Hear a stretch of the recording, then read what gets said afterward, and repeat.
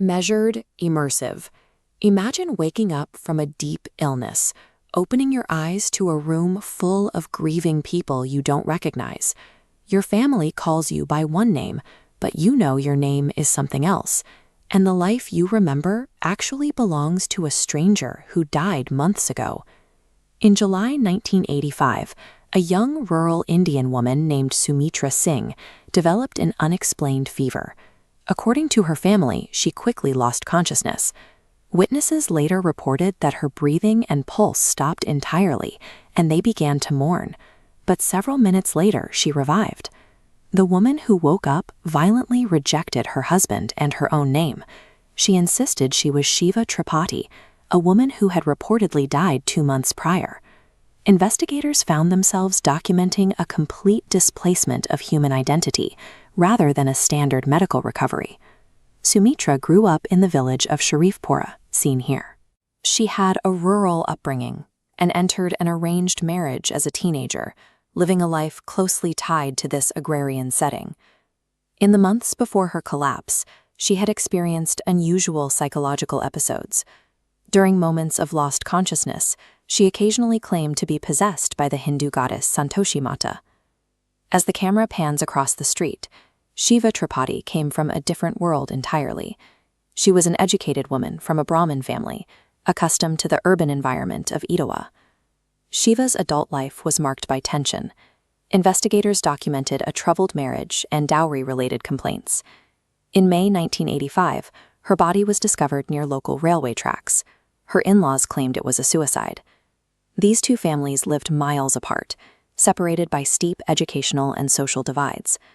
The statistical and geographical improbability of their worlds intersecting casually is exactly what prompted rigorous scientific investigation into the claims. Following her revival, Sumitra appeared entirely detached from her former life. She turned away from her husband and showed no maternal interest in her own infant son. Instead, she demanded to see Shiva's 2 children. She referred to them accurately by their specific family nicknames, Rinku and Tinku.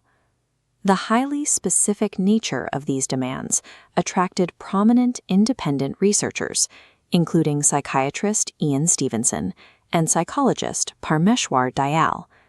Their initial goal was clinical. They needed to determine if this was a known dissociative state, a mental fracture triggered by trauma, or a psychological condition that defied standard diagnosis. Sumitra herself offered a supernatural narrative. She described being taken before Yama, the Hindu god of death, before being allowed to return to earthly life. Investigators recorded this to document her psychological state and personal beliefs, rather than verifying it as historical fact. The researchers were facing a severe dilemma. They were dealing with a complex, detailed set of parallel memories that required rigorous, real-world testing against verifiable data. The first major test involved facial recognition. Hearing of the strange events, Shiva's father eventually traveled to meet Sumitra, bringing photographs to see who she could identify without prompting. According to the researchers' count, Sumitra successfully identified 23 of Shiva's relatives and friends, accurately connecting complete strangers to specific past incidents. This diagram illustrates the newspaper problem. Since local papers reported Shiva's death, all published facts had to be filtered out. The remaining data shows 19 specific, unpublished facts Sumitra correctly knew, including the location of a watchbox and a specific yellow sari. Witnesses also reported striking physical changes. Sumitra began wearing her sari differently, adopting the formal speech patterns and social customs typical of a higher caste urban family. Researchers noted a significant change in her literacy. Previously uneducated, she began reading and writing Hindi with considerable facility, even sending letters to Shiva's family.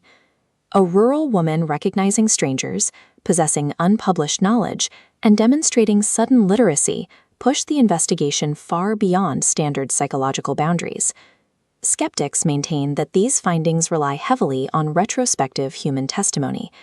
Information about Shiva could theoretically have spread through oral rumors, or witnesses might have unintentionally provided visual cues during the photo tests.